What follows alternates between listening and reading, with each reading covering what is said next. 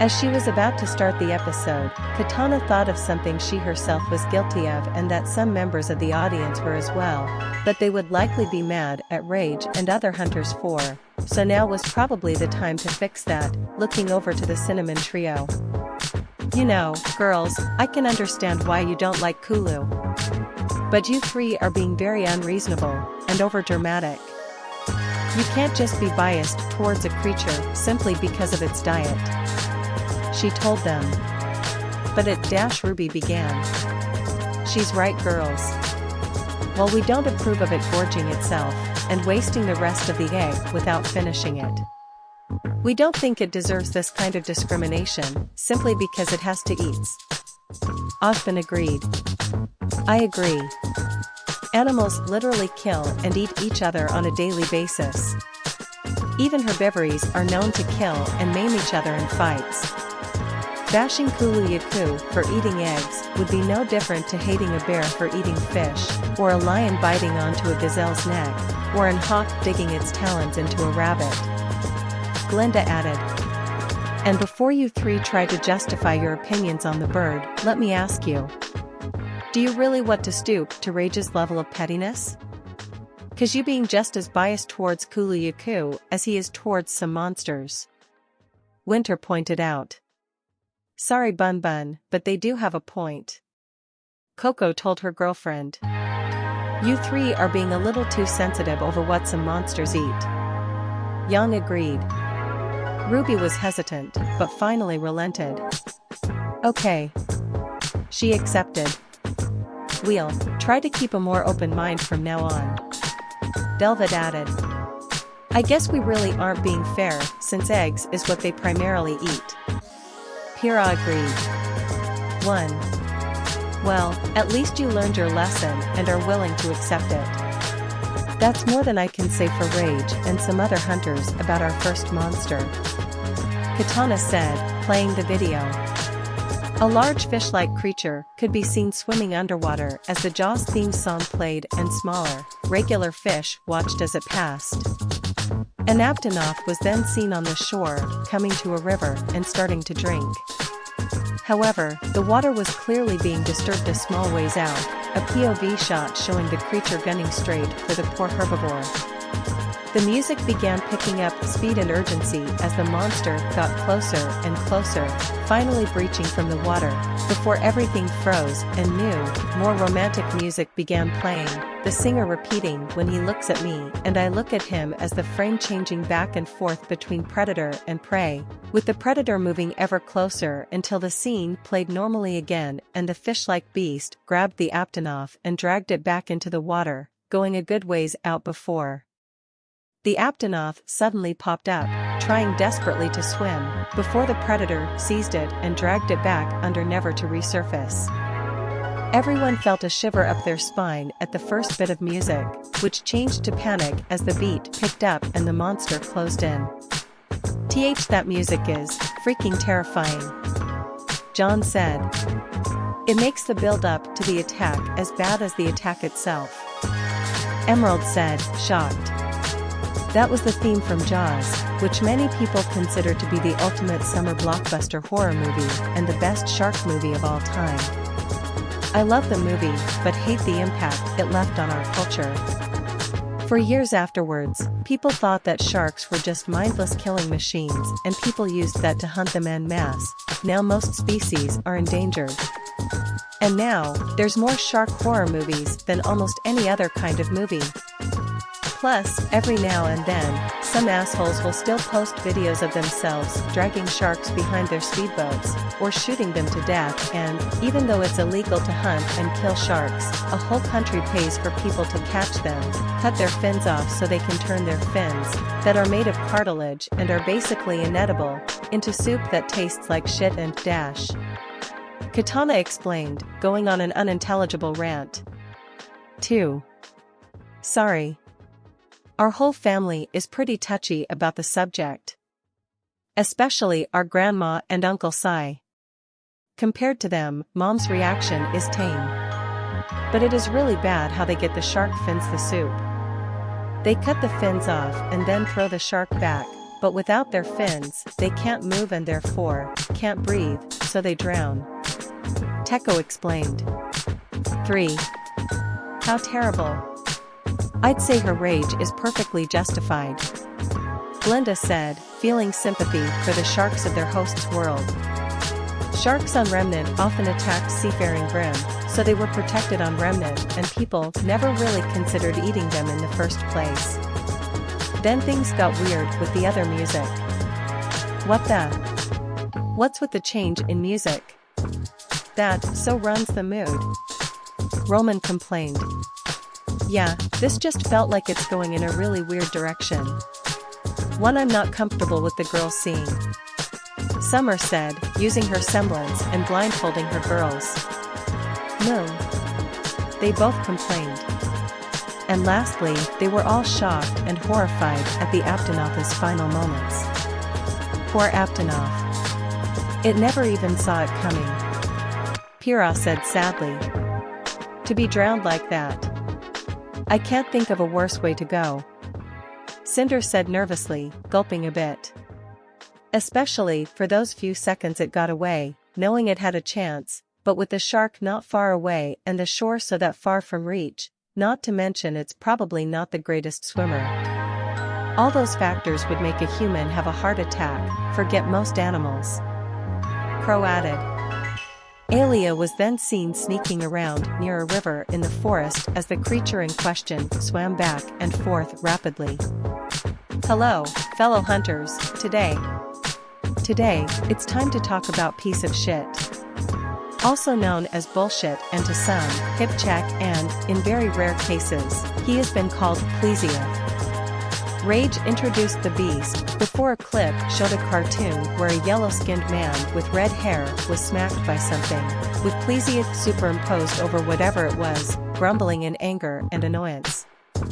A piscine wyvern, then and the first of his kind, known as the water wyvern because he's not worth putting any kind of imaginative effort on, that's fair. Rage mocked the beast. Rage is being mean again. Velvet pouted. Winter sighed at this. Let me guess, he's not a fan and will spend more time insulting the beast than actually teaching us about it? Winter questioned. That would be correct, yes. Razara said. Lovely. The specialist groaned. Plesioth was then seen swimming in a large desert lake. Now, a piscine wyvern is superficially quite similar to your basic flying variety, just with an injection of fish-like features. You got your shiny scales, you got your webbed feet, you got a powerful tail, you got your fins and the wings, not for flying, but for cutting through the water and propelling himself out of it at great, terrifying speeds, a row of needle-pointed, shark-like teeth lining his maw and, surprisingly, though, lacking in gills. Plesioth still needs to breathe air. Rage explained as the Plesioth rose halfway out of the ground and firing a horizontal water jet from its mouth, before going back below the waves. Everyone was quite surprised at this. Wait, it can't breathe underwater? Jan asked. I know, right? I thought it was literally a fish monster, so it would have gills. Blake agreed. Well, they are still wyverns, which likely makes them reptiles, all of which have lungs for breathing. It only makes sense. Ashbin said. Right. Because panthers with blade wings for front limbs and electric gorillas makes sense. Hazel scoffed. Then, they saw it shoot the water jet. Whoa. It has a water jet cutter attack like Mazutsun. So cool. I bet that would help cut through metal to make pieces for weapons super easy. RWBY said. Fascinating. For Plesioth to be able to do this, it must exert massive amounts of internal pressure to force the water out with such speed and power. That is already impressive enough on its own, but to be able to move its body while firing requires intense levels of muscle control. Penny pointed out. With these things around, your friend Neptune would have to be afraid of the water even when he's nowhere near it. Ilya giggled.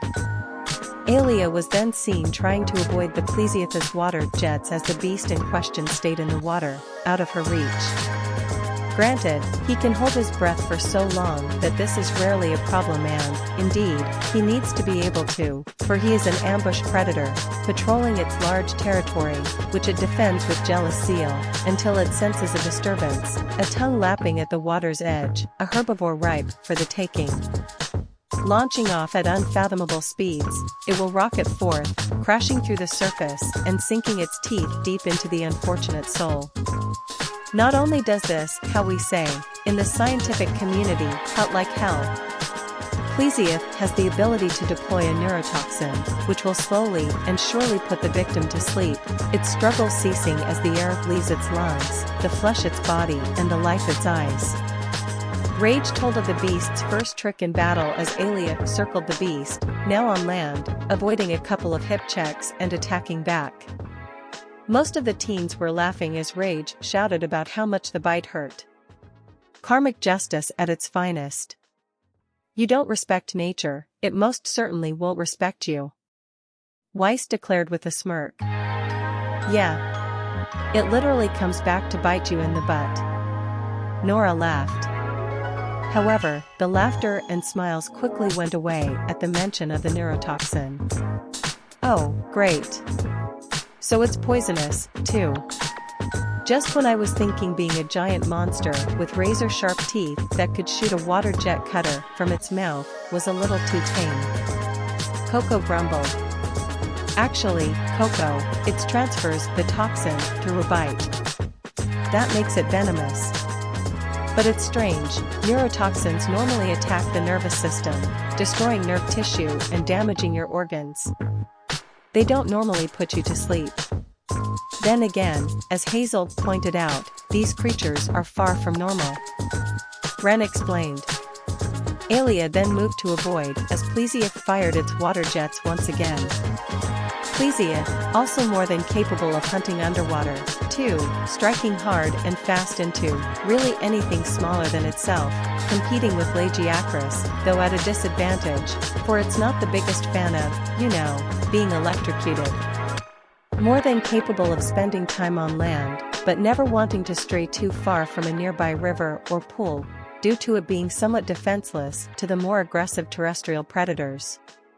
Tigrex, for example, are quite fond of sushi. Though that said, Plesioth are huge.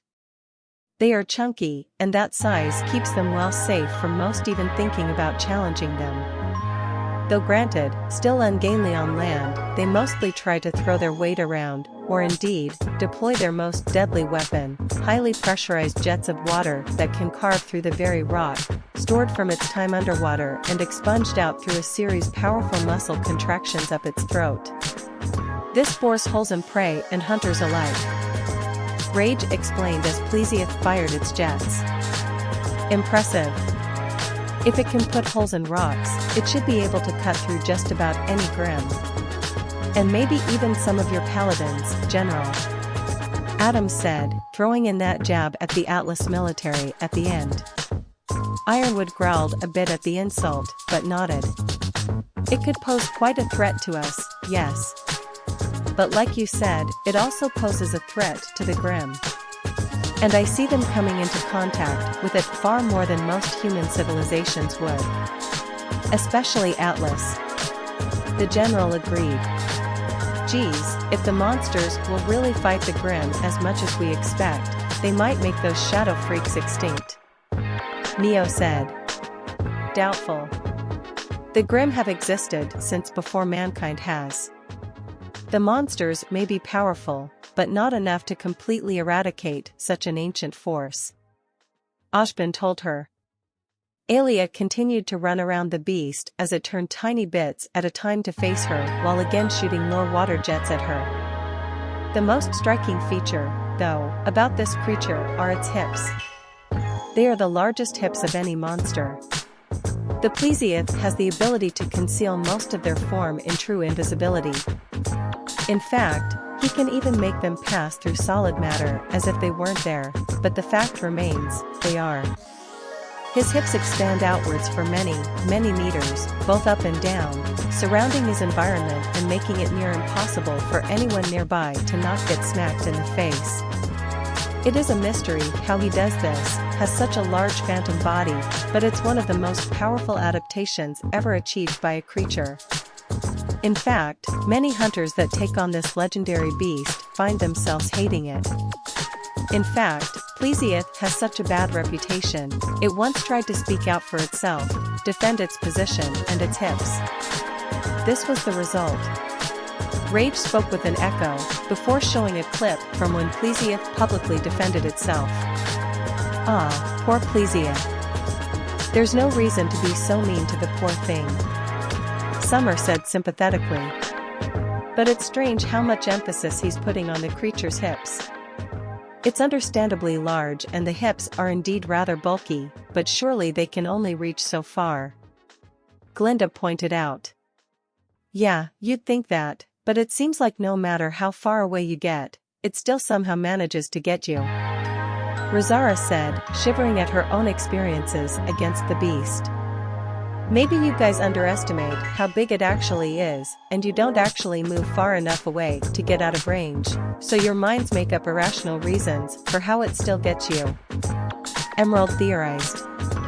Don't try to rationalize it. I promise you, it won't work. Teko told her. An angry dark-skinned man popped up at this. Man, this is some bullshit. Boo this man. He ordered, the rest of the crowd with him booing and throwing food and soda can at another dark-skinned man with Plesioth's head superimposed over his head, forcing him to flee. Many were also confused at how the creature attempted to speak out for itself, but were then angered at the crowd booing and assaulting it with thrown food and beverages. Hey, lay off. So it hits you with its hips a few times. Big deal. You're hunters. Fighting giant monsters is your job, you can expect to take a few hits. I've been hit by more than my fair share of Grimm, but I still don't hate them that bad. Yang snapped. Oh, really? Have you already forgotten initiation when you pulverized that Ursa for clawing off a single strand of your hair? Blake asked with a teasing smirk. Ooh, Yang has a brutal side? I'd like to see that sometime. Neo purred. Aelia and the Plesioth were in the watery forest again, still fighting. In fact, there are many, many first-hand accounts of hunters that have faced down the first of the Piscenes. Rage added as Aelia managed a horizontal slash on the bottom of the creature's chin. Suddenly, another dark-skinned man in a suit was shown, the words Gen 1 plus 2 hunters being shown in the bottom left corner, with Plesioth to his left. This is bullshit, the man declared angrily while standing up. A British man was then shown, appearing to be on a train, Gen 3 hunters being shown in the corner. Bullshit. The man snapped, before a Plesioth image came flying at him, slamming into him with a cartoonish punch noise. It then immediately cut to another man, Gen 4 hunters now in the corner. You know what? This is bullshit. This is bullshit. He yelled, getting up from his seat and getting away from a man with Plesioth's head superimposed over his. Suddenly, another cartoonish yellow-skinned man was shown, Gen 5 hunters shown in the corner as Plesioth slid off the screen to the right. Brilliant. He laughed, before looking completely confused. I have absolutely no idea what's going on, he said awkwardly. Once again, the Cinnamon Trio was up in arms, ready to defend the monster. Stop being such meanies.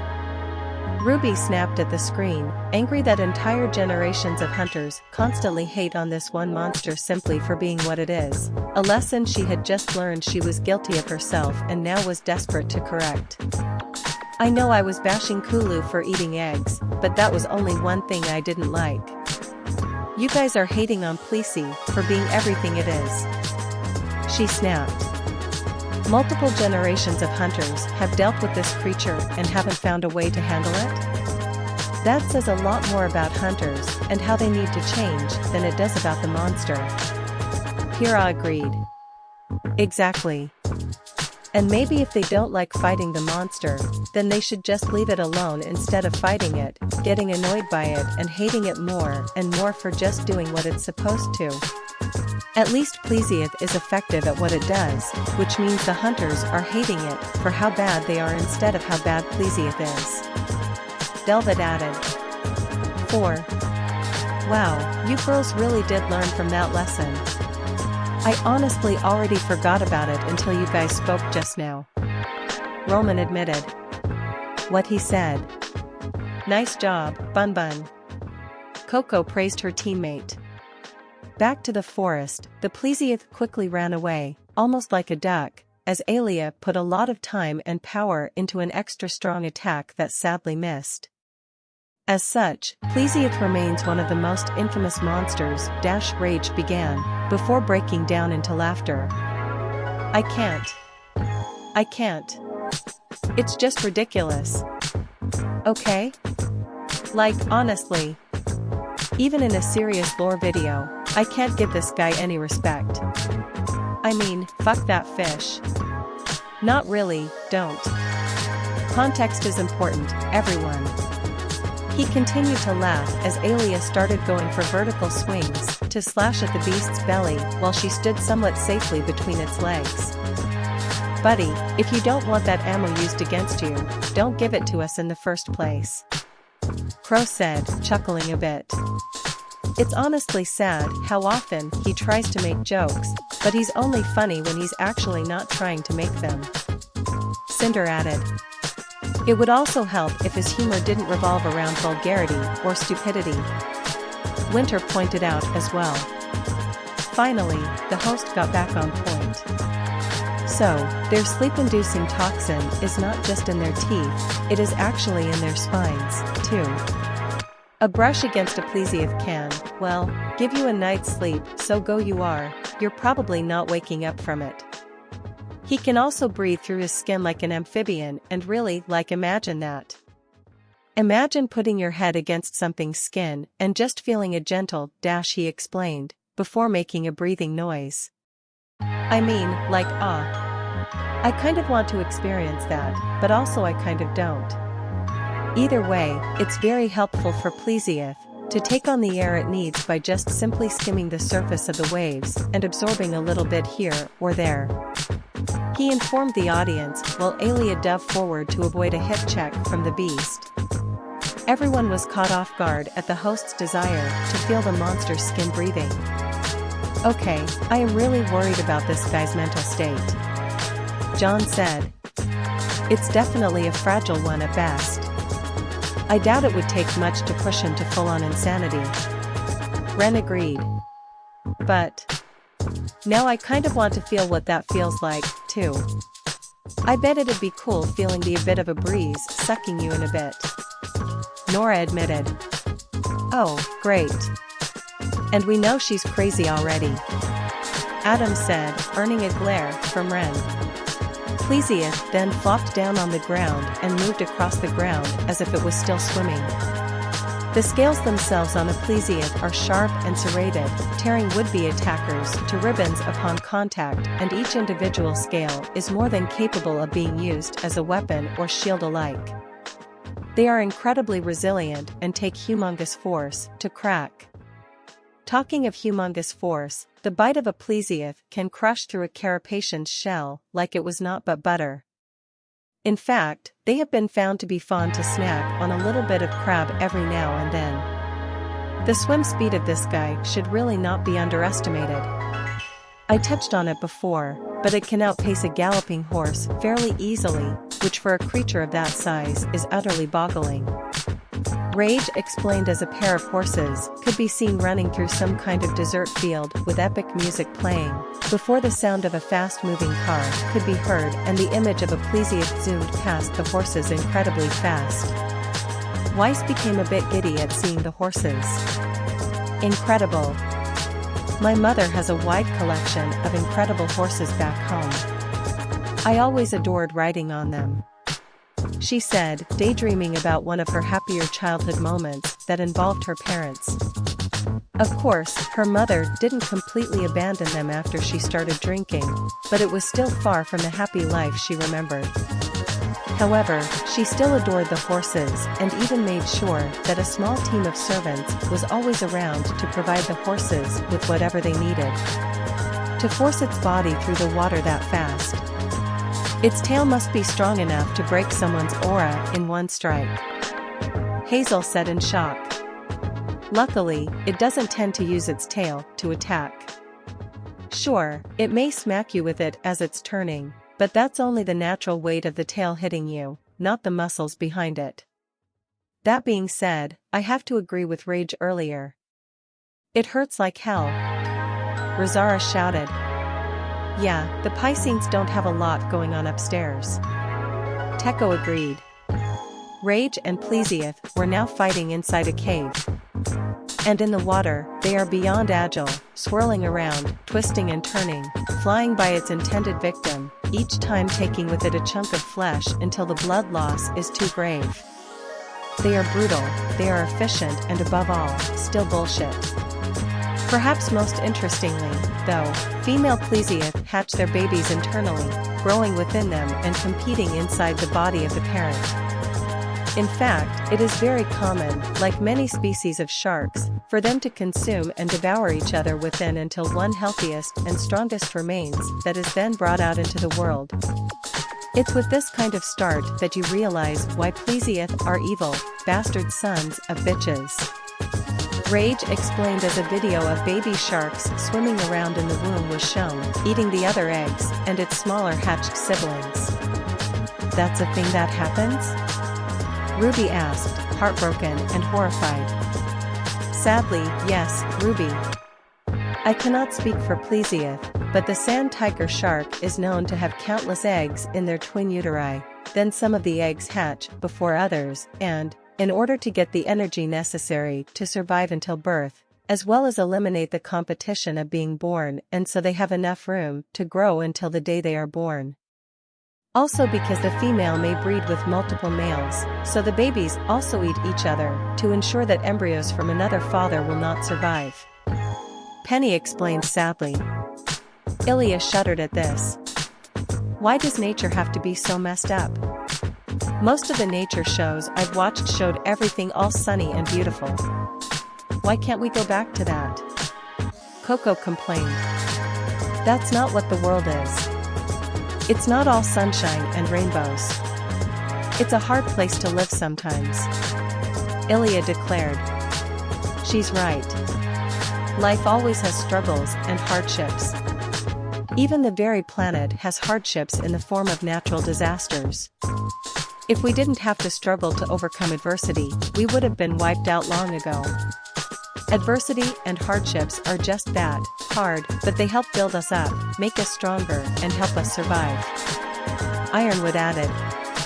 Ilya rolled out of the way of a hip check, running back as the beast repositioned itself so she was under its feet. There is a Plesioth subspecies by the name of green Plesioth. Rage added with a laugh. I know. Hold the phone, he said mirthfully. Suddenly, a familiar and infamous clip from Avengers was shown, Bruce Banner approaching the robotic Leviathan, flying towards the team. I'm always angry, he said, before growing into the Hulk, only this time a green Plesioth that appeared to be upside down was superimposed on him. Everyone laughed at the reference. Nice. Awesome Avengers reference. Neo giggled. And one of the best moments in the movie. Cinder agreed. Any reference to that movie is awesome, Yom told them. Return to the cave battle, only this time a green Plesioth was in the corner, covering most of the normal Plesioth. And it's of the old-school subspecies types where it is essentially just the original, but more, right? More damage, a bit faster, more aggressive, it's nothing really worth talking about, but it is a little bit better at handling land. In fact, it indeed prefers it, and the green coloring does help it blend into its more now jungle-y lifestyle, but Really, it's nothing crazy. Rage finished as Alia finally slayed the normal Plesioth. Quick and simple explanation. Fair enough, Glinda said. Right. No need to go into great detail on basically the same monster. Summer agreed. I still want to eat either one, Blake said, earning sweat drops from the rest of the crowd. Suddenly, the scene changed from a cave to one of the volcanic areas of the Elder's Recess. So, while we're talking Piscine wyverns, then let's get Lavasioth over with, Rage said with very little enthusiasm as the creature moved between 3 holes in a rock platform above a pool of lava. He started speaking again, but quickly sighed. It is really just lava, Plesioth. Its eyesight then is very poor, which is actually a common trait amongst all the Piscenes, which I think is far enough, because it means they can't see how much we loathe them. It then is distantly related to a coelacanth, but, you know, with legs. It has a nice little habit of keeping a layer of hardened lava, coal or other some such hard material or, indeed, as well across its entire body. This makes it incredibly durable, like quite literally chipping through rock. This is an effective defense and also helps to insulate it against its lavery home. Rage explained as the beast leapt between the holes in the ground, briefly coming to land, but going back into lava as Alia approached. Everyone was left shocked and speechless as they saw a literal lava fish breach out of the molten rock. Cinder sighed as she closed her eyes and rubbed her temples, irritated at seeing another monster capable of screwing with physics and surviving the heat of lava. Don't question it. Don't question it, she repeatedly told herself. She would definitely have to work with the other elements when she got the other half of the maiden power if monsters like these would be dropped in Remnant 5. So Blake, you gonna try and eat this fish too? Nora asked with a sly grin. Blake shivered at that idea. Either burning her mouth on a fish, perpetually cooking inside a rock-hard shell, or breaking her teeth on the shell. No thanks, I am good, she said nervously. The beast launched out from the lava to the land once more, knocking Alia down in the process, before she recovered and quickly attacked the beast. An incredibly rare creature, and it's not often something is able to tolerate such an extreme environment. But it has to be said, for the Lavasioth, from its skin and scales all the way to the flesh at its center, it is undeniably, impressively heat-resistant. Burning this creature is no small feat and would take Elder Dragon levels of infernal fire power to even get started. It can quite comfortably bask in lava for as long as it needs. In fact, it goes as far as to consume it for a little bit of a snack, storing it within itself to fuel its most devastating onslaught, firing explosive globs of lava that rain out and shatter into a small rain of death. Impacting into would-be victims, they start to burn and writhe in agony, their flesh melting away as the Lavasioth gently strolls over and starts to eat them while their faces are locked in an overwhelming, ghastly mask of torment. Rage declared ominously as Alia avoided that exact attack. And everyone will groan as Rage give a very detailed description of its victims burning alive in lava. Why does he always need to do that? We're all aware how gruesome some of these deaths can be. No need to give us the explicit details, Emerald complained. The fact he goes into such explicit detail on the topic is cause for concern about his mental state, Penny added. Then again, he could just be acting. Spruce Willis always plays a brutal action hero, but I've always heard he's a super nice guy, John suggested. But apparently, as an actor, he's really difficult to work with, Emerald said. You're a Spruce fan, too? John asked excitedly, not noticing Pyrrha's angry glare at him and jealous glare at Emerald. You bet. Expired Difficult will always be amazing. Or at least the first 4. The former thief agreed, also unaware of Blake's glares aimed at her and John, but the emotions reversed from pure Oz. Alia continued to maneuver around the beast, dodging many flopping attacks. The Lavasioth, of course, does not in the lava, for there is not much to be found there, occasionally competing with an agnactor, on which it's quite even footing. However, it does tend to lose out to the likes of Brachydios, because Brachydios the best monster, come on. And even in the New World, where they have also been found, Basilgeuse, Deviljo, and even Azure Rat Halos are quite comfortably above their pay grade. That said, though, they are vicious and capable, and even one of these creatures, if caught off guard, could find themselves suffering permanent disfiguration at the wrath of such merciless heat. One thing that Lavasioth does enjoy doing is killing Vespoids. They tend to sting it and it irritates it, and, really, it's the one thing that me and Lavasioth can agree on, so in this rare case, okay. High five, Lavasioth. Rage declared, the Lavasioth leaping out of the lava and into the air, a slapping sound being heard as if Rage had high-fived the creature's face. Heck yeah, he is. Yang said in response to Brachydios being the best monster. Hey! I thought I was your favorite. And I should be, since I'm your partner. Raiden growled. Sorry buddy. But it's another punching monster, and I can be a fan to both of you. Yang told him. The rage monkey growled at this, then huffed. Fine. But I'm still better. He grumbled. Ah, he's jealous. Neo said. The monster's fur then turned golden and stood on end as he stormed towards Neo, but Kin stepped in between them. Come now. There's no need to fight. There should be no shame in how anyone feels. Ozpin told them all, managing the impossible of calming down a pair of enraged beasts. The Piscine wyvern then swam back and forth across the ground in an attempt to attack Alia. Extremely territorial, like the Plesioth, and, during the mating season, the female will cover itself in the rarest ores it can find, trying to shine bright and brilliant above the rest in order to attract the male in a very role reversal, peacock-esque display. And that really is all there is to know. It attacks with your slide Y, lottery fun. It likes to use its relative weight and body around, throwing it in slams and crushes, aided greatly by its rocky exterior. Its bites, not as vicious as that of the Plesioth, but still plenty damaging. Able to surprise from underneath, boring through the volcanic rock with the furnace of heat it can produce, and coming down from the sky with a rain of magma accompanying. He has a lot of tricks up his sleeves and is adept at using his environment. Rage finished as Alia observed the beast from afar as it literally drank lava. Hey, finally!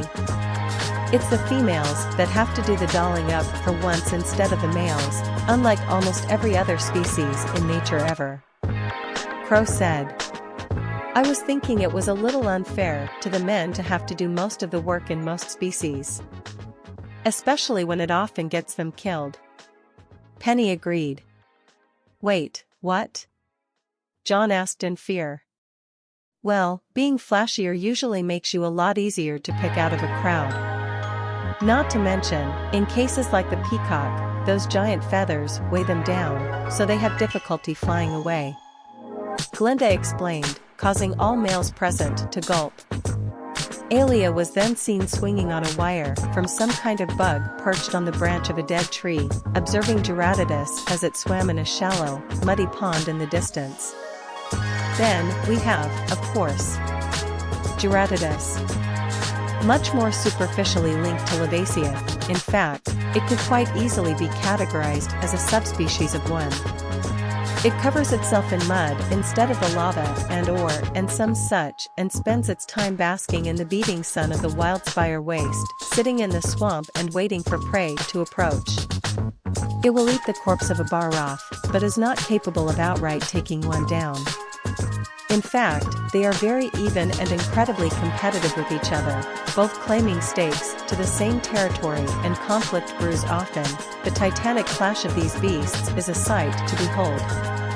Rage explained as the Jyuratodus noticed Alia in the tree and leapt to attack her, knocking her down into the water below, at which point, she ran to a small island out of the water, continuing to observe the beast, before it and the smaller fish-like creatures moved to attack her. The cinnamon trio growled. "This thing again." RWBY growled.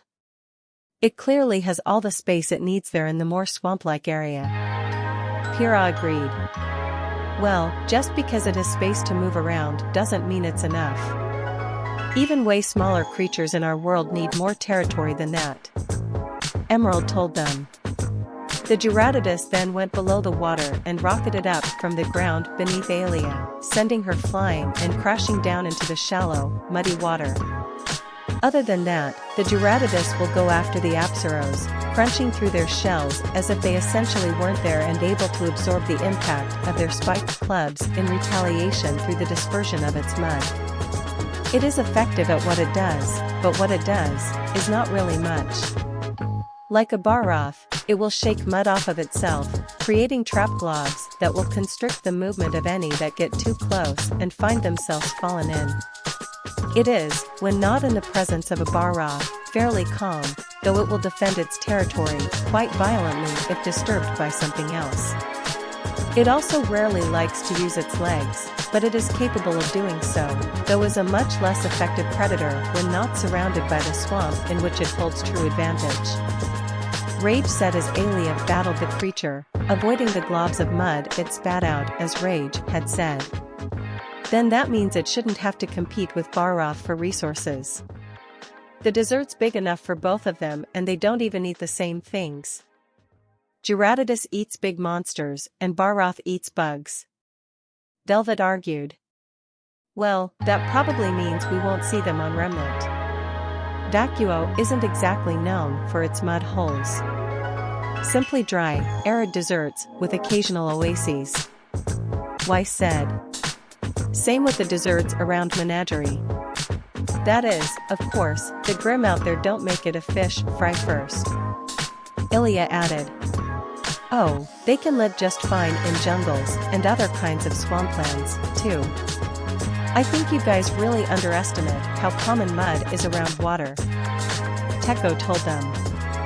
A huntress in the desert was then shown. Well, there you have it, guys. That's your basic Piscine. Oh. I guess we could talk about Cephadrome. And, I mean, we could. But, honestly, Rage began as a large creature that looked like a sandy-colored hammerhead shark with legs. Suddenly, a clip was shown of two men sitting around, one with a Cephadrome's head superimposed over his head. Fuck 'em. The dark-skinned man shouted as the monster-headed man. Wait, what? Weiss asked. Apparently, he's somehow even less of a fan of this one than the others, so he's not even going to bother talking about it. Hazel sighed. Curse you, Rage. Did it ever occur to you the people of your world at least, potentially even others, may need this knowledge? Winter demanded. Well, he threw a tantrum once to get out of talking about Jyuratodus. It wouldn't surprise me he'd do it for other monsters. Ren pointed out. Back with the huntress, smaller versions of these creatures suddenly began circling her. Look, I don't like him. I think he looks stupid, I think he sounds stupid, I think he is stupid. He just swims in sand, jumps around the place, and is irritating. I don't care about him and I don't want to even think about him. Alright? Fuck Cephadrome, okay? I had a bad experience when I was a new hunter and fuck him. Rage broke down to tears as the alpha of the creatures leapt from the sand, crashing down on and destroying the rock the huntress stood on while observing the small ones, the huntress barely diving to safety. Stop being a meanie to the poor sand shark. RWBY complained. Yeah. I think it looks cool. Rage is just being a jerk. Velvet agreed. And extremely unprofessional. Ironwood added. Has he ever been professional in the first place? Blake questioned. No one could argue that point. Still, I wonder what his bad experience was. Summer asked, showing a bit of concern.